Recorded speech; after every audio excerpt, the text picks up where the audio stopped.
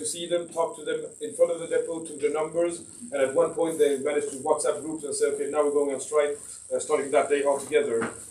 It's also probably made possible because we don't have yet the strike laws they have in Great Britain. For example, you don't need a union to strike in the private sector in France. I mean, you just need to be two, and you say when you start the strike that we are on strike for this and that reason. You can even say it orally. You don't even need to have a written paper, and then you can start the strike.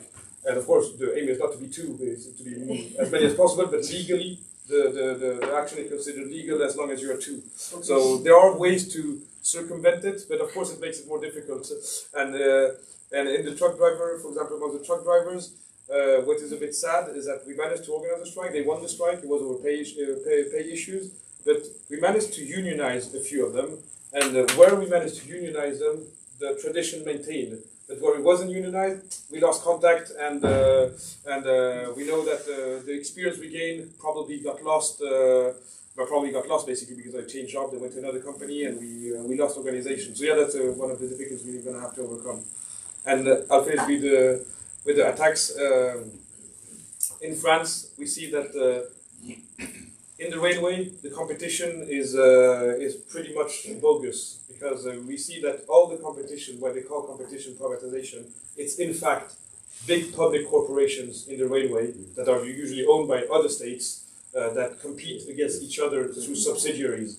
And I'm pretty sure it's the same here in what they call private operators are usually subsidiaries of either the French state company that are here, the German one, or the Netherlands, and that are all competing against each other. And so in the end, the issue, of course, we are for a nationalized, public-owned and single enterprise that provides the cheapest fare as possible for everybody. That is our project. But being public and owned by the state in itself is not a guarantee, because they're the one organizing the competition between each other. For example, the line where I work in, they already said that it'll be up for sale in 5 years, and the national company saying we will not try to win the market. We will create a special subsidiary, and if we win the market, you'll be transferred to that one where you'll use your working terms and conditions and everything. So the competition is something they want, because they want to organize competition not amongst themselves but amongst workers. Because amongst bosses, they just share the market basically. But the competition is made at our expense. So yeah, of course we're for a public company for several reasons, but we're not saying, as Phil said, that public in itself doesn't guarantee anything. It's a condition to be met for us to satisfy what we met, but it's not sufficient in itself. For that, it needs to be a complete overhaul of how the system works, who controls it, and by that, there's a historical demand of the CGT is that it be publicly owned, and that those who are in majority in the boardroom are representatives of workers and the users of what we call modest condition, basically those who are not rich. That's the project. That's the historical demand of the CGT. Så er det dig. Ja, jeg hedder Lærke. My name is Lærke, or Lily, if that's hard to say. Because it is. Yeah, I'm a woodworker, and I work in a workshop, which is relevant because I'm not in one of the very big fields where we're in like a big building site, but I'm in the building industry, BLMF, which is mentioned. And why do I mention this is because my colleagues and we organize in a different way, because we normally go 1 or 2 people, including the owner, together in a workshop, where we then have a lot of connection to the person who's not earning that much money from what we're doing. And also we educate as wood joiners, because we love wood. It's like a passion for us, so we're so passionate. Someday we would like to be the owner ourselves. And so when someone's talking about glass and you go scaffolding in English, yeah, and you go to work because you need to pay, we see a lot of colleagues who go to work because they love the work. They love wood that much that they would love to do it themselves one day. And this makes a different situation than the scaffolders has. And also we've already been taken apart, and now we're trying to build up again. 2 different situations, but how do we then organize? Then we organize in BLMF or in trade, in bigger unions, where we then need the support of the bigger sort of clubs and organizations and the bigger sort of support system to have a law for this. general agreement, as you talk about. And why is that? Because the minimal pay has not gone up enough. It's just not good enough. Because my pay, even though I'm a Danish woodjourner, I would never go on the minimal pay. And not many woodjourners would, but our minimal pay is pretty low. Not the minimal pay, but still pretty low. And if the minimal pay went up by the, what is that called, like our demand that was like maybe 30, 40 kroner, then we would see the same an hour increase. But now we see 9 kroner. Like, and then people mentioned the 25 kroner. Yeah, okay, 25 kroner was not even in our demands in the beginning, but also it's for 4 months. And if the person had an apartment the day before, are they really newcomers? I can just see many ways of the employers to get around this rule about the 25 kroner. Another really big thing that we talk about in our club, and we are supporting the no, is that the 4 days work week. Because what will that take from us? Meaning that we have to work 3 hours more a day, meaning that we need to pay for half an hour more lunch or break during the day, meaning 11 hours work day.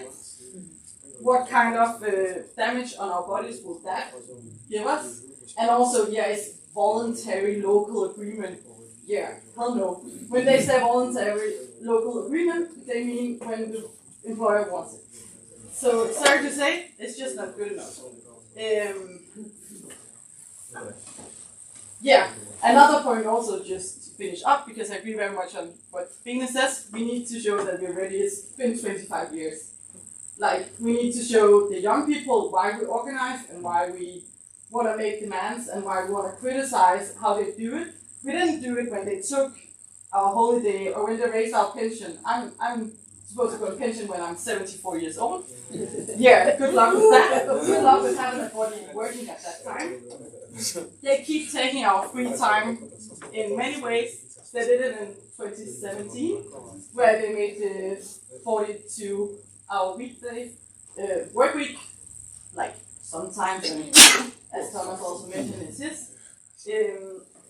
But just to say, we get more and more damage from going to work, and we have to work even more and more. So I think that it's time to step up and do a strike and get more people organized because they see why we're doing it. And in many fields, for example mine, it's going to show people why we unionize and that we can actually maybe change something. Yeah, thank you.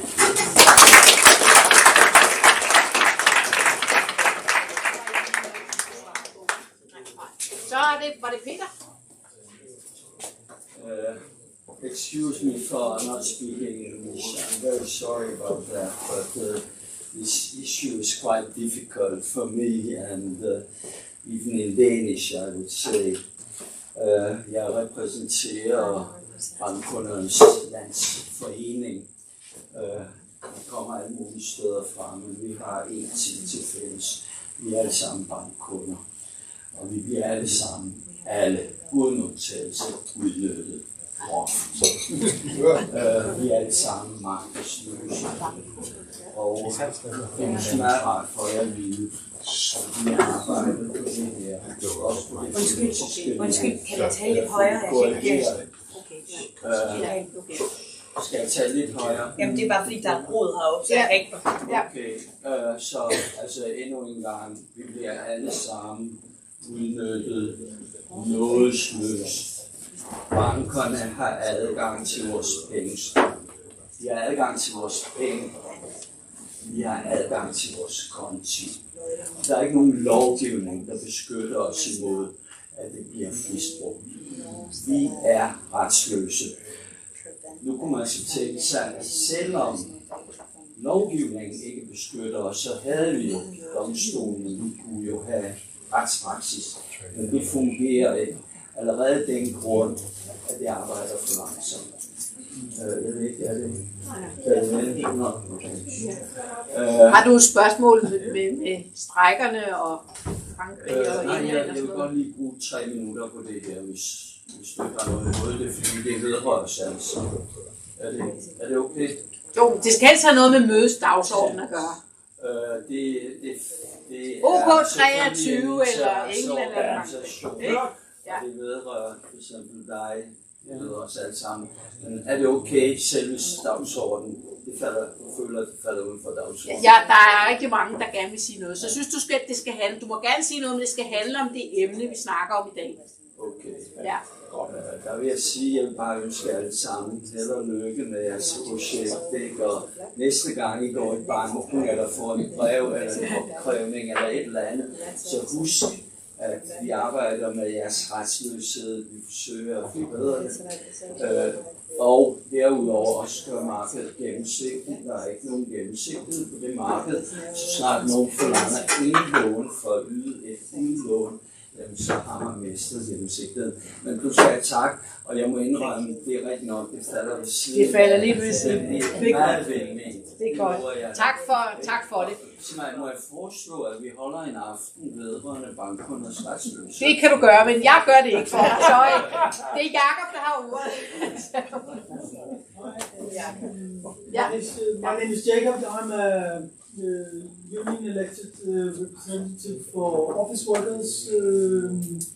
We just yesterday voted on the general agreement, and I'm sorry to say that inside the office workers union there was unanimity about supporting the deal for the general agreements. There was only one vote against, yes who? And as I explained to my colleagues yesterday, to the other union representatives, this is basically a question of when you go into a general agreement, the broadest shoulders, the strongest branches have to lift up those who are weak, have to lift up those who are on the bottom. Because those groups themselves, if they want to crawl upwards, raise their level of wages and working conditions, it will take so many years if we don't do it together.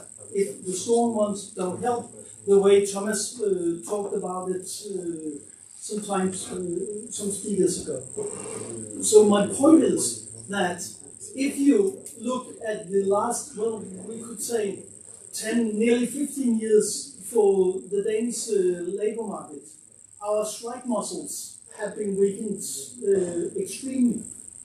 Compare me to Thomas, if you want a picture. Because we don't strike anymore. Actually, last year, only 45 workplaces went on strike according to wage questions. 45 workplaces. And this is what we discussed when we talked about the general agreement. Do we have the strength in workplaces to regain the wage laws due to inflation? Because the general agreement will only guarantee us 2% this year, 2% next year. That's what's guaranteed, and that's what the bottom gets. And compared to the losses from last year and the inflation this year, that's a far way to go to get your real wages in level again. So my point is, and my argument with my colleagues in the office workers union is this, that if we can't get a wage lift, so we at the minimum get a compensation for what we have lost due to inflation, then it's not good enough. Because the Danish companies have big profits. They are full on full steam. They haven't all their losses due to inflation. They have put in raising prices.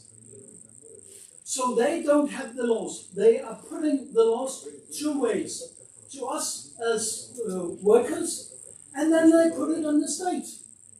Because the Danish government just yesterday released the state budget, what they intended to do. They actually intended to squeeze it into actually nothing. Who will pay for that? That will all the public workers.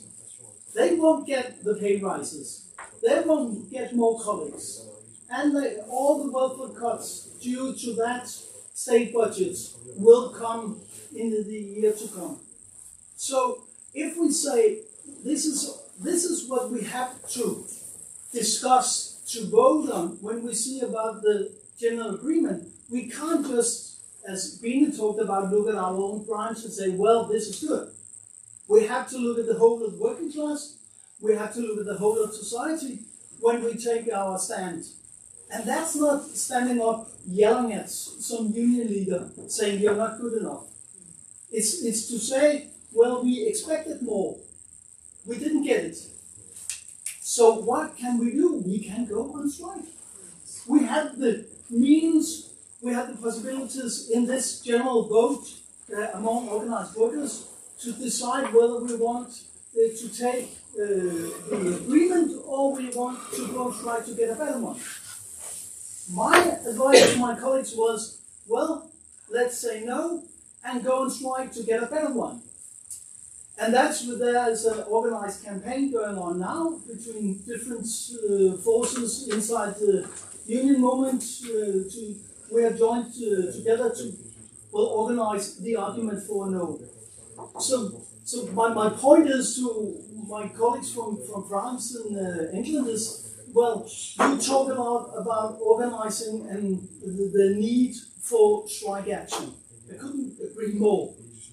But my question is, do you expect, I heard it from France, you actually have hope in winning. What do you say in England? Do you have a hope to winning all the Tory government? Will you actually succeed? I can say, well, should I put all my money on where we go on the vote on this general agreement in Denmark? I wouldn't put my money on the majority would vote no. But, of course we would work for it. But, so we can't expect a strike to go on in the near future in Denmark. Not on a general level, but maybe locally. But I'm interested in what your point is about the perspectives. I would say it depends on each trade union's definition of winning, because a union like mine, which isn't as kind of actively politically driven, although it's affiliated to a political party, many see it as less political than the RMT, who aren't affiliated to a political party. Go figure with that. But it depends what your aims are. Like for the Criminal Bar Association, they don't really give a fuck about who's in government because most of them vote Tory anyway. But they wanted a 15% rise. They wanted better terms and conditions. They achieved that through a strike, so they would see that as a victory. Whereas me, looking from the outside, would say they probably deserve 21 or 22. So I wouldn't view it as a victory. If they pushed a bit harder, they could have probably squeezed a bit more. Sent for another week and got a bit more. So it depends, but in terms of a general strike being something that might happen in the UK, we're seeing coordinated action, without a doubt. Phil will be able to attest. The CWU, the PCS, and the RMT have been targeting different kind of types of action, together. The PCS is a civil service union, so they basically run the government. Not as parliamentarians, but they make everything happen. But and the CWU, the communications union, that's the postman, they're pretty militant as well, actually. In terms of a general strike, the TUC have said no, but the TUC say no to everything, so I wouldn't say that's too much. But there was almost a general strike within the NHS because everybody's basically struck within the same week, which was pretty devastating. But I don't think Britain is quite there yet, but Phil, what's your take on it? Yeah. At the end of the day, I think we've missed an opportunity in the UK because actually, when workers make demands, them demands over pay is that basically inflation's here. We want to also be here, or if not, we want to be above. And why should we not make them demands? Our phones are going up. Our mortgages are going up, our rents are going up, food's going up, petrol's going up. Why is our wages not going up? Absolutely everywhere get this demand that we get inflation, busting pay rise above inflation. But many unions now have settled for below inflation, which actually is a pay cut. That's what you've settled for a pay cut. But above that, what's going to happen, maybe in the UK, is we're going to get to a time where the strikes are being settled, and we can look back and we go, nurses went on strike for the first time ever, teachers were on strike, university lecturers were on strike, railway workers were on strike, doctors were on strike, etc., etc. We could have gone on strike together, and we could have extended them strikes for weeks at a time, and that wouldn't have just won a pay rise, that would have brought the government down, and that's what we should have done. And it's going to be a missed opportunity that we didn't do that. I have to just jump in with my legal hat on there. You know, it's not actually legal in the UK to do that. To call a general strike. No, it's not general strike. Oh, yeah. Just happens to be Coordinated action. Coordinated action can be interpreted as a general strike through. There was a precedent set. I think it was in '92. There were various unions in the construction, like because there used to be separate ones for each trade, and then they amalgamated. But there was a precedent set that mass coordinated action, including more than 3 unions across, I think it was 4 sectors.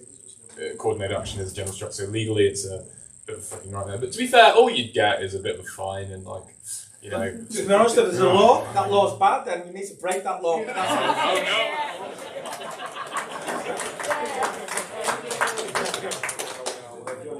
Okay, så... Non, yeah, okay. Oui. Je vais répondre par une question. And she wants also to ask a question. Aujourd'hui, vous êtes prêt à accepter jusqu'à quel point? But what she's wondering is how far back are, for example, the Danish workers ready to accept to retreat? On nous prend déjà beaucoup, nous travaillons, mais c'est pas nous qui gagnons l'argent de ce qu'on produit. Because we work a lot. You work a lot as well. You produce a lot of wealth, but none of you are benefiting from it, like us. Les patrons et les gouvernements veulent nous aligner sur les pays qui ont le moins. Pourquoi pas s'aligner sur les pays qui ont le plus? Because in France, for example, but I'm sure it's the same in Denmark, all the governments are trying to align and keep saying we should align ourselves on the country where the conditions are the worst. Couldn't we at one point say let's align where it's best and do the reverse? Les patrons et les gouvernements se permettent de faire des choses illégales, comme nous avec le 49.3 en France. Pourquoi pas nous aussi faire des mouvements illégaux? And governments have shown that they are willing to even sometimes do even illegal actions, even by their own standards, or use tools that are undemocratic as they did in France for the 49.3. Why can we not also resort then to illegal action? What is 49.3? Yeah. And the 49.3 is an article in the French Constitution that allows the president, well, the government, to ram through a law in parliament without having a vote on it.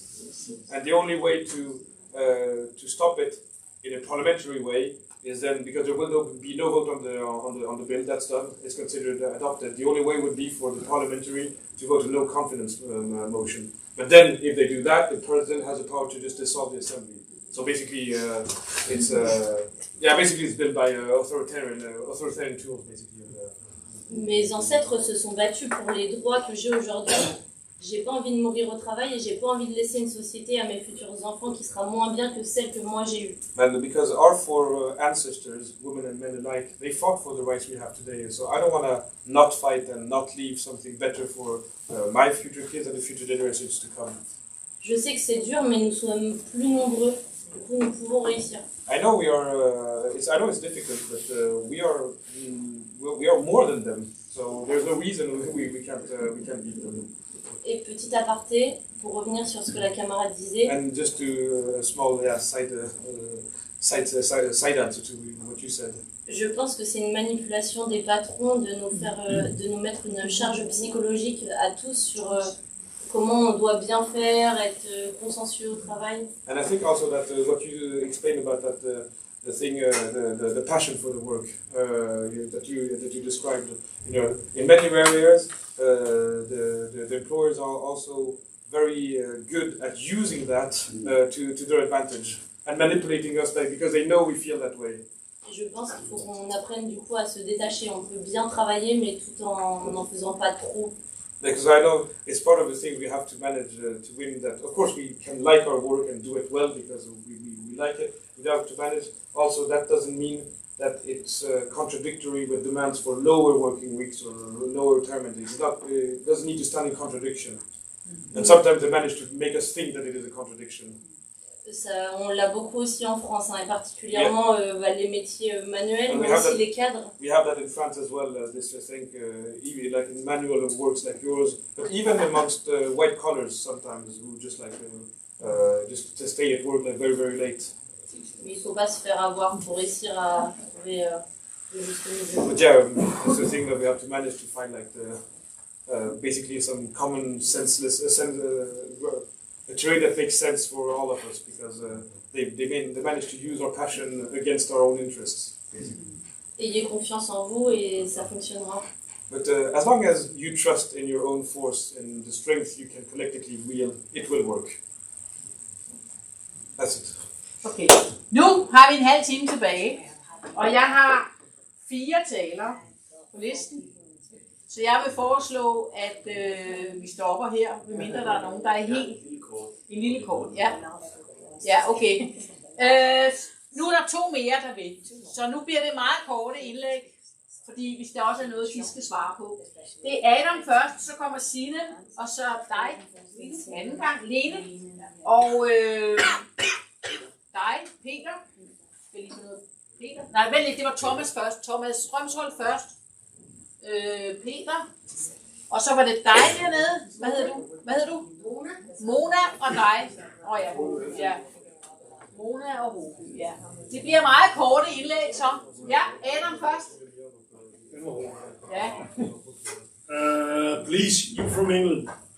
What is the perspective of your fight? Because you told me the other day there's a new rise in inflation on food, 18%. The movement is fading out, but now you have a rise in food. What can you do? I think what you talked about, shorter working week, is a very important question for the future. And you talk about 4-day week, working more each day. Of course, never. We should have a 4-day week with only the same hours per day. It's not interesting. What about the repression in France? What is the answer? You told me that some policemen took off their helmets to make a symbolic demonstration that they didn't want to beat you. What can you do to the police? And now Denmark. I don't understand how we can be such a rich land. The difference in between profits and wages in any growth, it's growing like the wages are becoming lower, profits are rising. How can the movement be satisfied with 4%? They can say you go to the local employer and ask for 4% more. But even it's not realistic. They will not get 4% locally. Alfa Laval, a big company in Jutland, says it's impossible. It's metal workers. So I don't understand why you can propose a yes, because we don't even get our inflation compensated in the wages, and we are one of the richest countries with profits rising as never. Also, the banks have profits that you never heard of. French, English, just because we're a bit short on time, so we'll take 2 people talking and then you can respond to that. Yes. Okay. Så er det Sinem. Hi, my name is Sinem. I'm a waiter, so I'm organized in the union 3F, like many others, because it's the biggest union in Denmark. In these OK23 local agreements, as usually, my area has the cheapest deal. This time they made a deal, and I have been criticizing it because I think it's a bad deal. And one of the first thing happened was that one of the employees in my union, who has my area, texted me that he thinks I was disrespectful for him and all the others, and that I shouldn't be criticizing it because I should know better that they couldn't make a better deal because we have so low organization.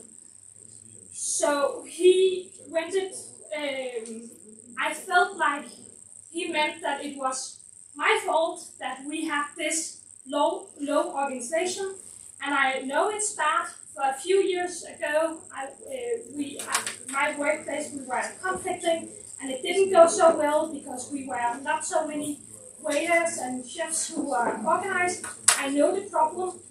It's a huge problem, and it's really hard to get a place that have an agreement with the union, because I think it's like 88% of the restaurants and cafeterias and so on in Copenhagen that have an agreement with the union. So right now I'm a place without, and when we saw the deal, my colleagues laughed at me, and they were like, that's why I don't want to be a member of the union. And I think it's hard because I want them to be a member so we can get stronger. So my question is, I'm sorry, I have also talked with a few other waiters, and we have a meeting on Monday in our club here in Copenhagen, and actually I don't know what the one I talk with is gonna recommend a no, but I think that the most of them is gonna recommend a yes, because they're like, well, we can't get anything better, so better to say yes and be a part of it. So my question is, how is it in France and England? Because I can't just look at the construction workers or the scaffolders and just copy-paste the way they're doing it in my area, because we have different cultures in the way we act.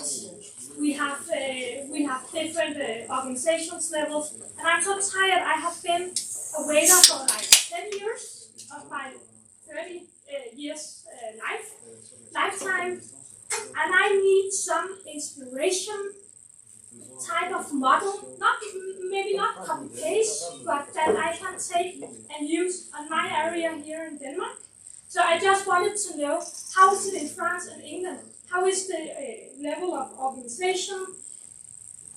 How is it? Because actually I don't know, and that's my fault, but maybe it would be nice. And if you know any waiters or any other persons in that area that wants to talk with others and maybe have this international solidarity work somehow, I can give you my number or email or something, because that's what I want to do, because I can't just copy paste what the other ones are doing in Denmark, because different cultures and different organizations level, so you can't just copy paste it. Yeah. Okay. Amazing. I'll just give my views on first Adam's question, and then the young ladies over there, and then I'll just pass it down. I'll be brief because I'm a brief man, aren't I? Yeah. The thing about the 4-day working week, and I know it's not quite made it as mainstream to England yet. It's kind of picking up speed, but it's not quite as mainstream as I think it is here. The issue with the 4-day working week for me is that it's not applicable to everybody in the working class. For example, teachers. They can't really work a 4-day working week unless you take down the education week to a 4-day working week.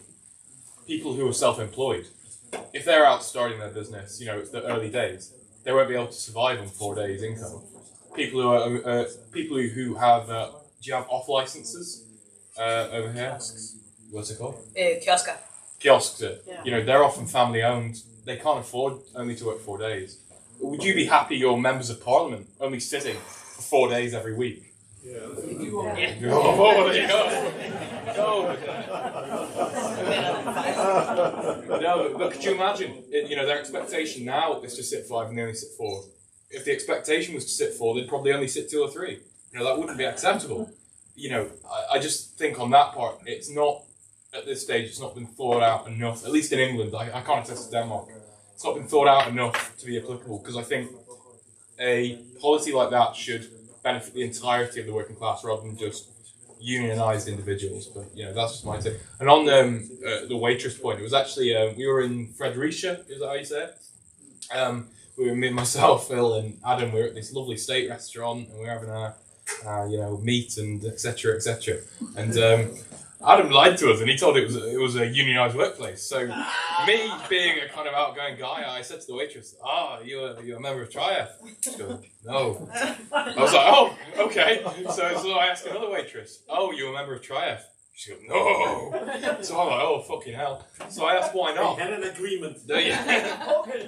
So I asked, why not? And she said, well, it's too expensive. And then I asked the other one, she said, it's too expensive, and I'm too young for a union. You know, and I think, and you may laugh, but genuinely, that is an issue in England as well. A lot of people associate the trade union movement with 1980s, the miners' strike, white working class people from the Midlands and the north of England, generally, white working class men, I would dare say, who work hard, laborious jobs, whether it's construction, mining, etc. They don't realise that in, hospitality, you can join a union as a young white woman or a young minority ethnic group woman. So I think that's an international issue. We haven't managed to crack the hospitality sector, restaurants and hotels in the UK yet. That's kind of my union's fault, kind of other unions' fault. It's not the RMC's fault, it's not their responsibility. But yeah, it's an issue in England as well. It's not just Denmark. But, I'd say just try your best, put up the posters. And so I can't remember. It was the French said about fraternity, try and organise union pub trips. If you join, you can come out with us or something like that. I don't know. Yeah, that's my take on it all.